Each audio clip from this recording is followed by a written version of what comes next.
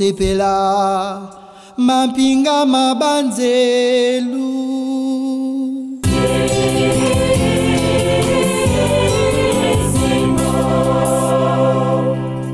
Seyo kansai Ecclesia mpesepela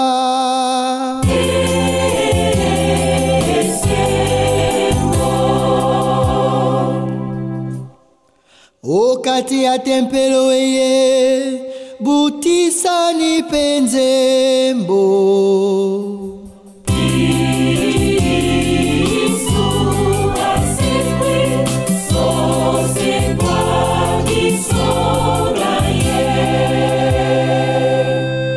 Mokonzi wa biso Elombe ya banzelu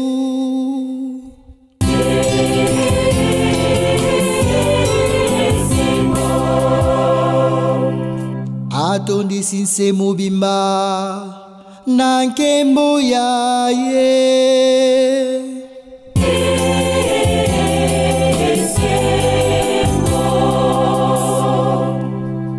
Mama Ecclesia atondi na lokumu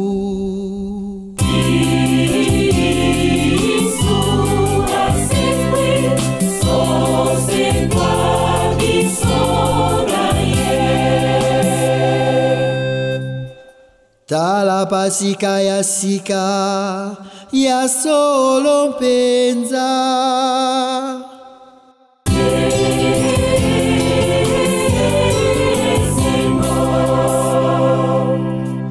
Oyo bakoboma mpata mpata mpenza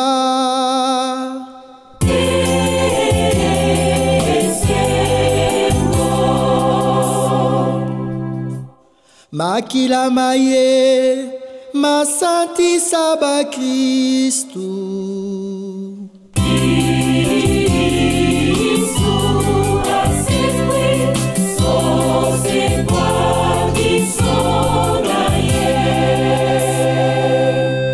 Bonsoir à tous et merci de nous rejoindre dans cette émission Foi et Raison. Le plaisir est nôtre de vous retrouver nombreux et nous vous souhaitons déjà joyeuse fête de Pâques à vous tous qui nous suivez à travers Canal, de Kinshasa, de Brazzaville et de partout à travers le monde. Et je ne suis pas seul. Comme vous le savez, je suis avec monsieur l'abbé Hubert, à qui j'ai dit bonsoir. Bonsoir, monsieur Dani. Et joyeuse fête de Pâques à vous aussi. Merci à vous aussi. Merci beaucoup. Voilà, c'est la fête, c'est la joie. Mais d'entrée de jeu, monsieur l'abbé, qu'est-ce que nous pouvons comprendre par le concept, le terme Pâques, que tout le monde utilise? Quel est votre mot? Alors, quand nous parlons de Pâques, Oui. En hébreu, on parle de Pessa. Pessa. Il s'agit d'un passage. Et là, nous voyons le passage de la captivité à la liberté de tout un peuple. Il s'agit du peuple juif. Ce peuple était en esclavage. En Égypte, nous savons comment ce peuple a souffert. Oui. Il n'était pas libre de servir son Dieu et de le célébrer, de l'adorer. Et voilà, quand nous parlons des Pâques, nous voyons une certaine libération, Oui. une transformation et une vie nouvelle qui commence. Qui commence. Oui. Et comme si quand on passe de la nuit au jour. Oui. Et voilà. Donc le peuple juif a été libéré de l'esclavage en Égypte. Et grâce à la main puissante de Dieu, qui s'est servi de son humble serviteur Moïse, Voilà. Très bien dit, monsieur l'abbé. Nous poursuivons. Là, vous nous avez situé justement le terme. Et maintenant, nous voulons en savoir un peu plus. Est-ce qu'il y a une différence entre, quand on parle de Pâques juive et de Pâques chrétienne? Une différence. Différence entre Pâques juive et Pâques chrétienne. Alors, vous savez, nous, chrétiens, nous savons que nous avons été libérés, délivrés par le Christ. Déjà, quand nous écrivons les mots Pâques, Oui. et la Pâque sans S, c'est déjà l'orthographe. À l'orthographe déjà, la Pâque sans S, c'est la Pâque, elle a une fête d'origine juive. Oui. Et avec S, c'est notre Pâques. Voilà. Et d'ailleurs, quand nous disons notre Pâques immolé, c'est le Christ. Et pour nous, il ne s'agit pas seulement d'une fête. Nous célébrons, pour nous, ce sont des... nous célébrons tous ces parcours. Parce que on ne peut pas limiter Pâques seulement à la résurrection. Non. Déjà le Christ, quand il se donne, quand le Christ se donne comme pain, son corps comme pain, son sang comme vin, la dernière scène. Mais ça commence déjà. Déjà ça commence. Quand il a dit, où devons-nous célébrer la Pâque? Où devons-nous célébrer la Pâque? Et parce qu'au fond, ça coïncidait aussi avec... C'était l'ambiance, Oui, dans la culture juive, non? Mais le véritable agneau, c'était le Christ. Le véritable. Alors, voilà pourquoi, quand nous parlons des Pâques, la Pâque chrétienne, nous voyons le Christ lui-même qui nous délivre de l'esclavage du péché. Le Christ qui nous fait passer des ténèbres à la lumière, pas n'importe quelle lumière, son admirable lumière. Et voilà pourquoi nous disons, au fond, mais tout a été confirmé par la résurrection de notre Seigneur, non? Exactement. Alors, tout est parti de là. Voilà pourquoi, quand nous parlons de notre fête chrétienne, de Pâques, au fond, c'est une fête qui plonge ses racines dans la Pâque juive. Je parle ici de Pessah. Cette Pâque juive qui commémore la sortie d'Égypte, non? Du peuple hébreu. Mais nous le savons, avec la résurrection de notre Seigneur, cette résurrection qui n'est pas à considérer comme une formule magique, parce qu'il y en a qui pensent qu'avec la résurrection du Christ, c'est la solution à tous nos problèmes de façon automatique. Ah non, au fond, la résurrection du Christ, c'est déjà une victoire. Et c'est la victoire de l'amour. Mais je ne dirais pas de l'amour sur la haine. Et moi, je parlerai plutôt de l'amour sur la racine du mal. La racine du mal. Ah oui, le Christ, par sa mort et résurrection, il a déraciné le mal. Vous voyez, une façon de dire que, mais comme pour les fils d'Israël, non? Et bon, ils ont quitté l'Égypte, ils sont allés, ils sont entrés dans la terre promise. Mais cela ne signifie pas que vous n'allez plus souffrir. Cela ne signifie pas que vous n'allez plus mourir.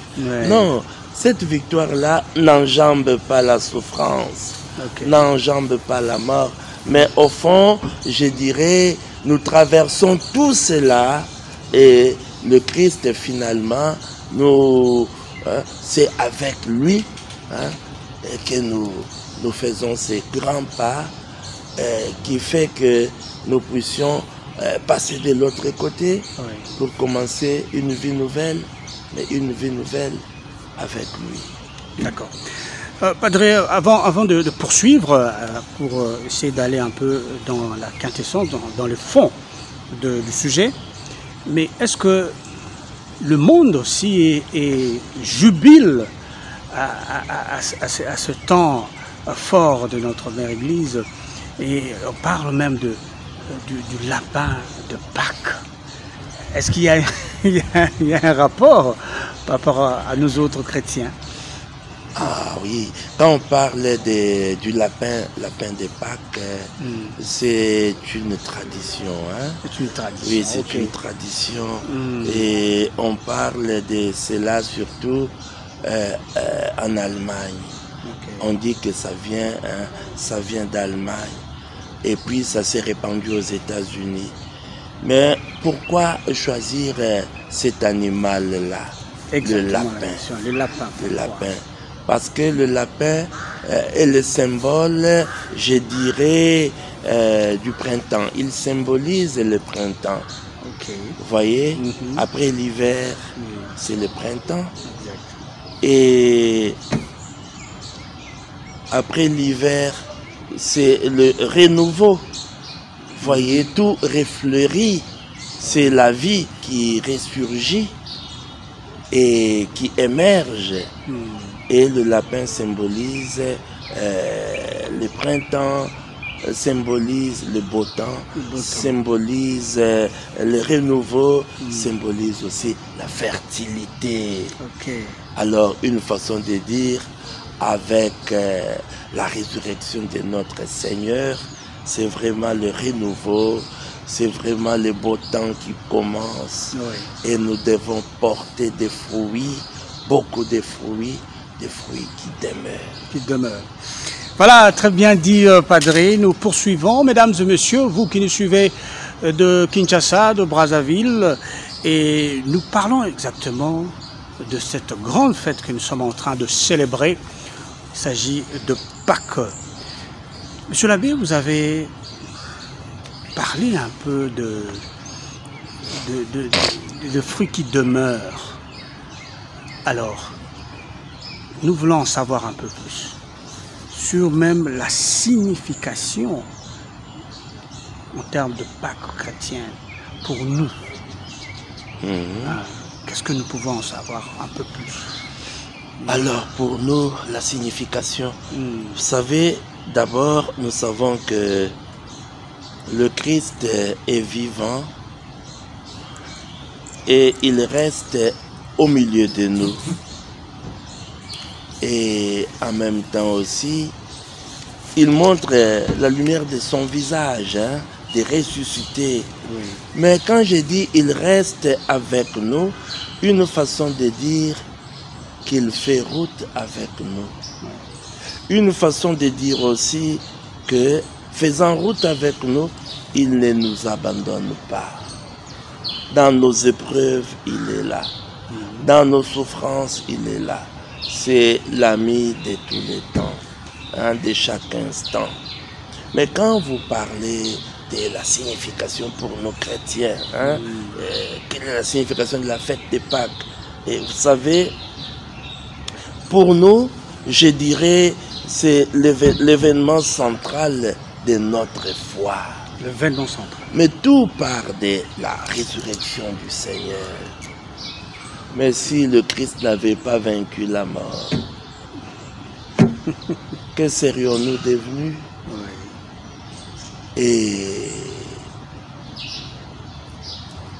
c'est grâce à cette résurrection que l'Église existe, que nous sommes une communauté, que nous sommes une famille. Et on dira même que c'est notre secret. Le secret qui nous réunit, c'est la mort et la résurrection de notre Seigneur. Et nous devenons des frères, des sœurs. Mais en même temps aussi, quand nous parlons de la résurrection de notre Seigneur, nous voyons le Christ qui offre sa vie.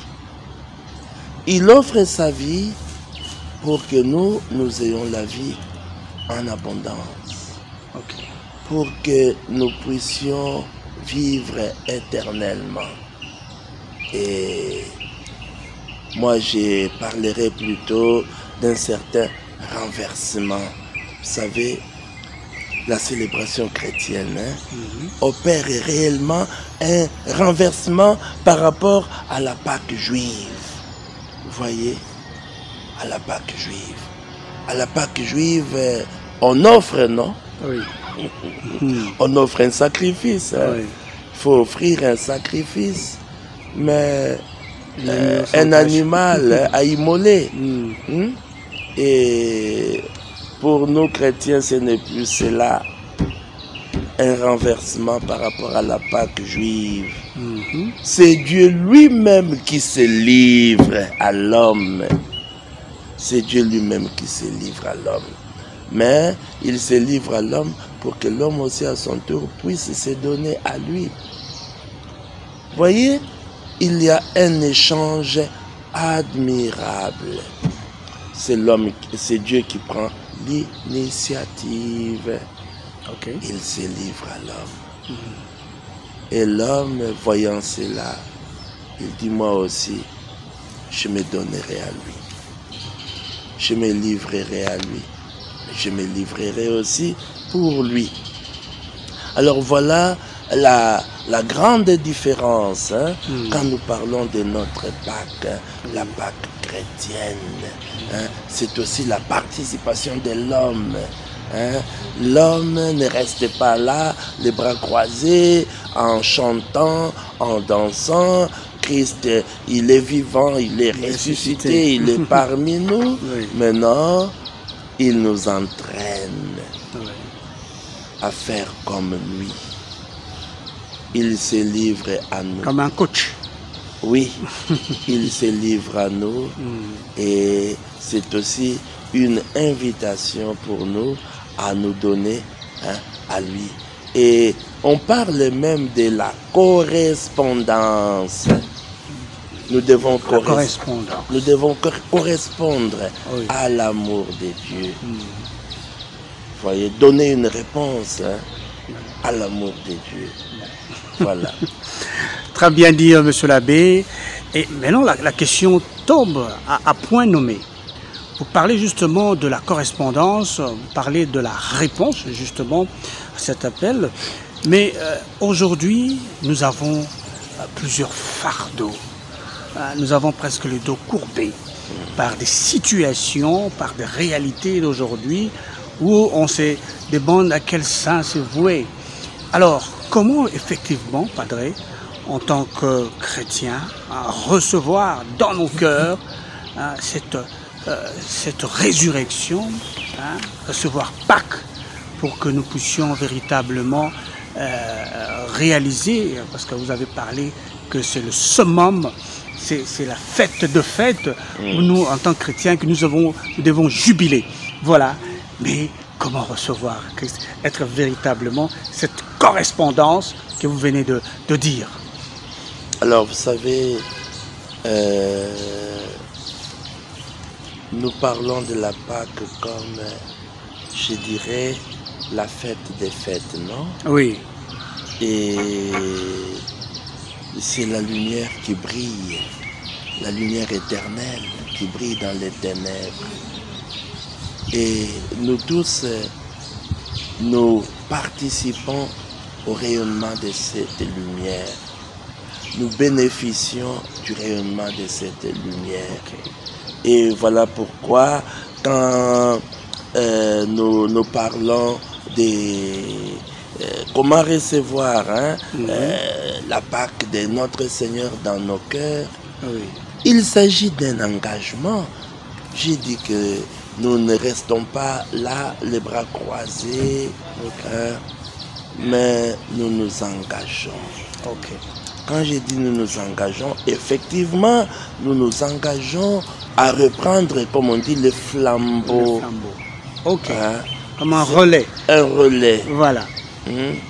Si l'annonce a été annoncée, ainsi plutôt la résurrection a été annoncée, la première annonce, hein, par une femme, hein, et puis les disciples, les apôtres, tous sont relayés. Aujourd'hui, c'est à nous de reprendre cela. Le flambeau. Hein, et nous nous engageons. Hein, nous devons continuer à rayonner de cette lumière du Christ. Mais comment? En vivant en enfant de lumière. En enfant de lumière. En vivant en enfant de Dieu. En vivant en véritable témoin. Hein? Et c'est à nous, hein, de montrer au monde qu'il est vivant. C'est à nous de dire à tous qu'il est ressuscité. Et voilà. Donc, une façon de dire que la résurrection de notre Seigneur apporte une transformation, apporte un véritable renouveau. C'est un monde nouveau qui commence. Et moi, je dirais le beau temps. On a parlé ici, on a fait allusion au lapin, non? Le beau temps, le printemps. Hein, c'est la vie qui renaît. Et c'est... Hein, alors, nous devons, quand on parle du printemps, on voit la beauté de la nature. On voit comment tout refleurit, et tout est parfumé. Mais ce sont nos bonnes actions. Nos bonnes actions. Nos bonnes actions. Parce que moi, j'ai insisté, hein, dans notre archidiocèse, pendant le temps de carême, nous avons une campagne de sensibilisation. Nous parlons de solidarité et partage. Solidarité et partage. Oui, mais s'il faut célébrer la victoire du Christ, mais c'est la victoire de l'amour. Hein, la victoire de l'amour. L'amour généreux, l'amour partage, hein, l'amour solidarité. Mais Christ est ressuscité, mais comment célébrer sa résurrection si je ne fais rien pour celui-là, hein, qui ne fait que pleurer parce que il n'a pas mangé, il est incapable de se faire soigner, hein. Voyez, il est sans abri. Donc, une façon de dire que la résurrection de notre Seigneur apporte vraiment une nouvelle création. Un monde nouveau. Un monde nouveau. Et nous avons été choisis pour participer, hein, nous sommes sélectionnés. Parce que le monde nouveau est en pleine construction. Quand je dis le monde nouveau, c'est aussi l'homme nouveau, la femme nouvelle, hein, qui s'engage, hein, à construire, à reconstruire. Hein. Vous voyez, donc... ça c'est avec la résurrection de notre... et à reconstruire. À reconstruire. Parce qu'avec la résurrection de notre Seigneur, il faut que nous puissions assister aussi au changement de mentalité. Bingo, changement de mentalité. Changement de mentalité. Nous n'allons plus nous enfermer en nous-mêmes. Nous n'allons plus vivre pour nous-mêmes. Nous devons sortir, aller vers les autres. Et en même temps aussi, nous devons répandre autour de nous cette joie, la joie de la résurrection de notre Seigneur, cette joie qui déborde de nos cœurs. Et voilà pourquoi, moi je dirais, c'est une responsabilité. Célébrer la résurrection de notre Seigneur, c'est une responsabilité. voilà, Padre, nous avons saisi que vous avez bien précisé que c'est une responsabilité. On a entre nos mains, pas que disponible, mais une responsabilité pour justement agir sur notre environnement, agir sur nos milieux, agir sur notre pays.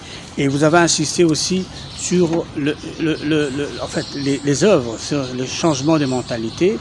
Hein, cela est une bonne chose. Alors, nous poursuivons avec ceux qui nous suivent, ceux qui nous rejoignent à l'instant. Et oui, nous parlons justement de Pâques. Oui, Pâques. Et nous célébrons cela, la fête de fête. Padre, maintenant nous voulons saisir un peu entre l'Eucharistie. Oui, l'Eucharistie et Pâques. Nous voulons comprendre, est-ce qu'il y a une affinité, une distanciation? Est-ce qu'il y a un rapprochement? Et nous savons que la messe, voilà. Monsieur l'abbé, vous avez la parole. Alors, vous savez, et déjà parlons de la Pâque, hein? Le dernier repas de notre Seigneur. Oui, la Sainte Seine. Oui, mais a coïncidé avec l'observance pascale. Hein? Nous lisons cela dans Luc chapitre 22, oui, verset 15. Oui, mais quand on dit l'observance pascale, même le Christ aussi observait tout cela. Okay. Mais le Christ a donné à tout cela une nouvelle signification. Il associe le pain à son corps. Il associe la coupe à son sang. Vous voyez, oui. Une façon de dire que finalement, le véritable agneau immolé, c'est le Christ lui-même. Oui. Notre Pâque immolé, c'est le Christ. Oui. Alors, le Christ qui s'offre. Et nous parlons de l'Eucharistie. Le Christ, lors de la dernière scène, il a dit, ceci est mon corps, hein, prenez et mangez, ceci est mon corps, hein, livré pour vous, hein, ceci est la coupe, ceci est mon sang, hein, versé, ainsi de suite. Alors, tout cela pour dire quoi? Vous savez, quand nous parlons de la messe, oui. Mais la messe, au fond, vient du latin. Okay. Hein, le mot messe, ça vient du latin missa. Et en latin, on dit ite missa est à la fin de la messe. Hein, ite missa est. Alors, beaucoup de gens se limitent à un simple renvoi. Comme pour dire la messe est finie, oui. Aller dans la paix du Christ. Oui. Ah non, c'est un envoi en mission. Okay. Cela signifie aller. Hein, vous êtes envoyé en mission. Hein, nous devons vraiment nous sentir responsabilisés. Mais quand le Christ dit, vous ferez cela en mémoire de moi, vous ferez cela en mémoire de moi, ça engage aussi tout le monde, non? Oui. Et nous devons prolonger ce que le Christ vient de faire dans le monde, dans notre milieu de travail, au sein de nos familles respectives. Vous voyez? Alors, au fond, une façon de dire que... Et nous avons rencontré Jésus Eucharistie, c'est vrai, la rencontre avec le Seigneur. Mais la rencontre avec notre Seigneur dans l'Eucharistie doit déboucher sur le monde, doit déboucher sur ce qu'on appelle l'action missionnaire. Ite missa est. Mais nous sommes envoyés en mission. Mais quand je parle de la messe, oui. Mais il y a beaucoup de termes qui sont utilisés, non? Exactement. Nous parlons de la messe, la célébration de la messe, la célébration de l'Eucharistie, Oui. c'est le repas du Seigneur. Hein? Mais tout cela, au fond, pour montrer comment l'amour est plus fort que la mort, plus fort que la haine. Et au fond, c'est l'amour qui unit. Parce que, vous savez, l'Eucharistie, la messe comme telle, Oui. c'est le repas du Seigneur, non? Le Christ qui se donne. Hein? Et déjà, quand nous parlons du sacrifice du Christ, le sacrifice a commencé déjà le jeudi, hein, dans le repas. Oui, dans le repas, oui. Il donne son corps, il donne son sang, il l'a dit. Mais autour d'une même table, on retrouve les amis. Oui. Pas des ennemis, mais des amis. Des amis. Oui. Et c'est le repas qui nous unit. Oui. Nous partageons la vie, nous partageons la joie. Mais au fond, quand nous parlons de la messe, c'est le Christ lui-même qui s'offre à son Père.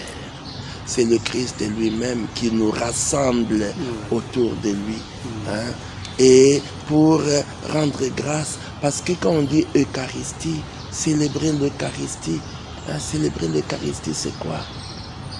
Mais c'est dire merci infiniment à Dieu, rendre grâce à Dieu.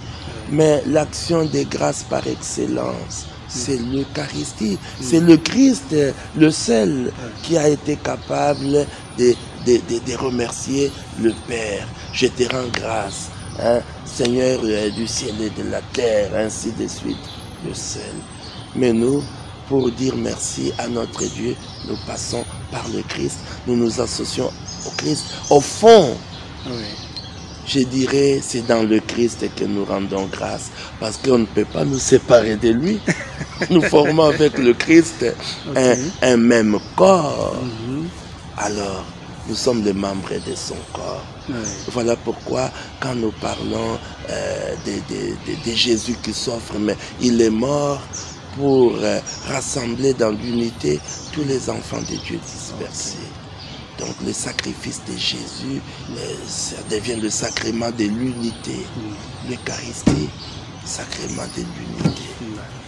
Voilà pourquoi lui-même disait, Père, qu'il soit un comme nous, nous sommes un. L'expression de l'unité, de fonctionner, vous avez parlé du corps du Christ et de la messe, donc autour de la même table, autour du Seigneur.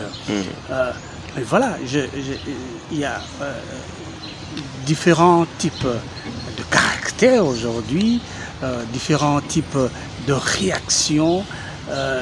Maintenant, nous sommes appelés à exprimer, vous avez parlé justement de l'Eucharistie comme étant rendre grâce à Dieu par le Christ. Voilà. Maintenant, Padre, comment nous, en tant que chrétiens, nous allons d'un cœur humble, voilà, pour justement qu'ensemble, nous réalisions effectivement cette action de grâce par excellence à travers le Christ. Vous savez, moi j'aimerais plutôt aborder cela d'un autre... je voudrais voir au fond un autre contexte. Hein? Ok. Nous sommes un peuple. Nous sommes un peuple, oui. Et ce peuple a été libéré du joug colonial. Du joug colonial. Et nous avons été évangélisés. Oui. On nous a apporté la lumière du Christ. On nous a présenté le Christ. Le Christ est venu jusqu'à nous. Et nous l'avons accueillis à bras ouverts, à cœur ouvert. Nous sommes devenus ses disciples. Nous vivons de sa présence. Et si nous sommes des chrétiens authentiques qui célèbrent la victoire de l'amour, la victoire de l'amour, la victoire de la lumière, la victoire de la vie. Parce qu'il ne faut pas seulement attendre après Carême, nous célébrons pas que c'est fini, hein, un dimanche. Non, c'est tous les jours de notre vie. Parce que le Christ est vivant, il reste avec nous. Il ne nous quitte pas. Il a décidé de rester avec nous. Et pour dire que nous devons vivre dans l'unité. Moi, je pense à l'unité, à la cohésion nationale. C'est possible. Mais pourquoi pas? Pourquoi pas? C'est possible parce que cela aussi a été vécu dans notre pays. Vous êtes, par exemple, de l'Équateur, mais vous vous êtes marié avec une Kassaïenne, un Kassaïen. Et vous êtes, par exemple, gouverneur. Vous venez de l'Équateur, oui.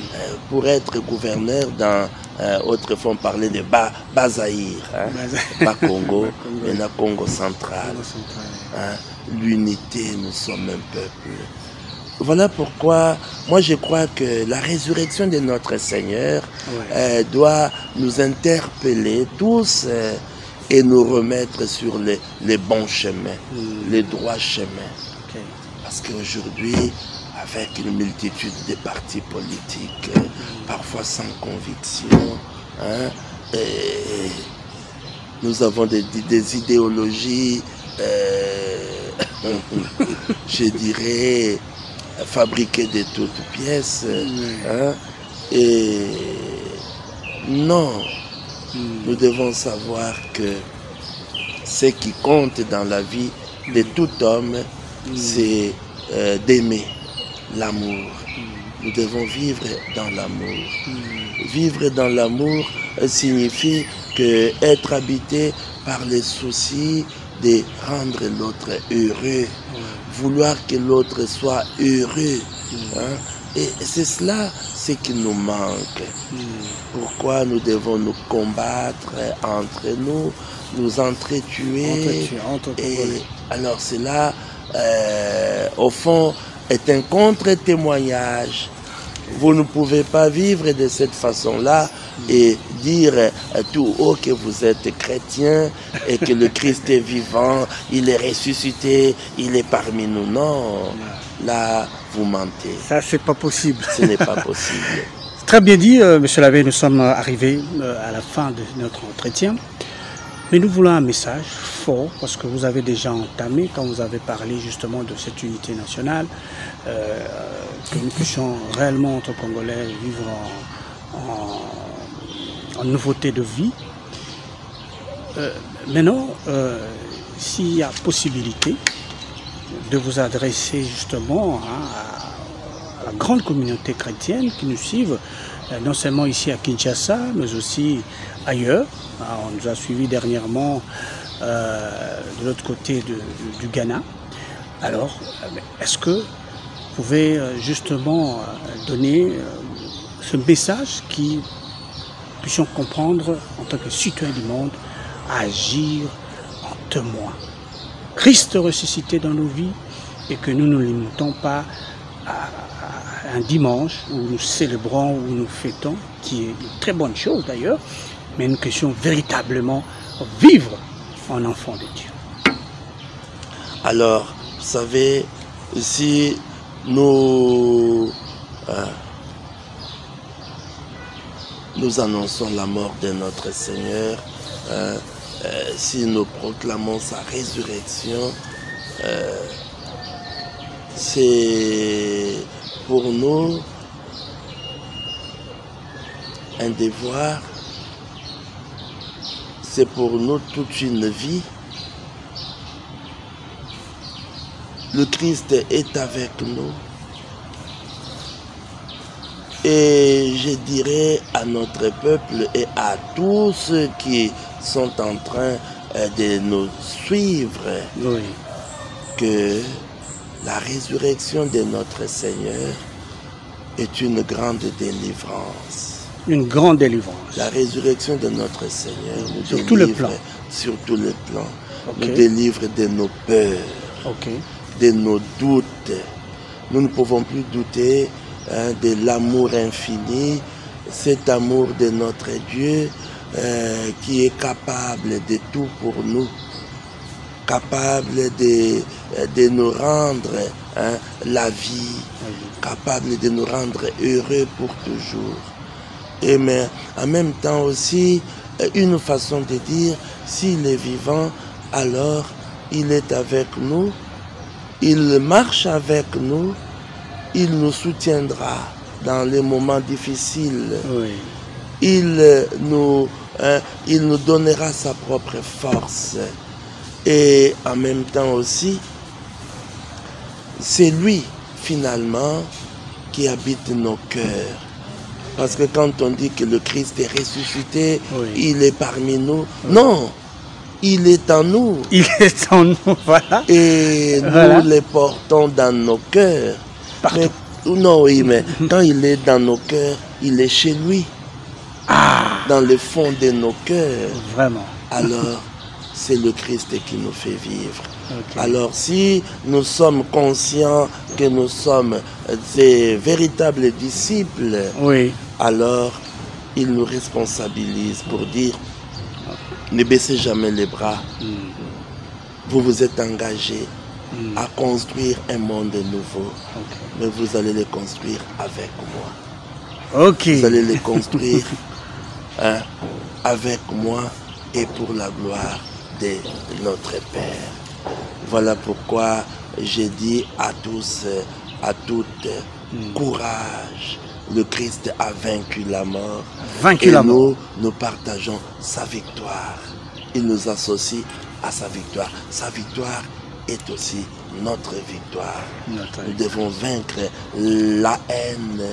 Nous devons vaincre l'égoïsme. Et nous devons vivre en enfant de lumière.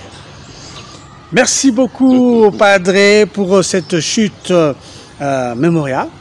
Voilà, nous comprenons que nous devons vivre en enfant de lumière et nous avons une responsabilité en tant que chrétiens pour continuer l'œuvre salvatrice pour nous tous. En tout cas, c'est un plaisir partagé. Merci, Padre, pour la disponibilité. Merci aussi à vous, mesdames et messieurs, de nous avoir suivis de Kinshasa, à l'intérieur du pays, en République démocratique du Congo, aussi ailleurs, comme ceux qui nous ont suivis en Afrique de l'Est. Donc, à vous tous qui nous avons suivis, merci. Et nous pensons que ceux qui nous ont suivis à travers Canal, à travers le monde aussi, nous sommes très heureux. Et vraiment, c'est la fête de fête aujourd'hui. Et nous prenons l'engagement de marcher en enfant de Dieu, en enfant de lumière. Et déjà là, c'est la fin. On vous dit au revoir. Mais nous prenons rendez-vous très prochainement sur les antennes de la télévision catholique Elikia. Que Dieu vous garde et bonsoir chez vous.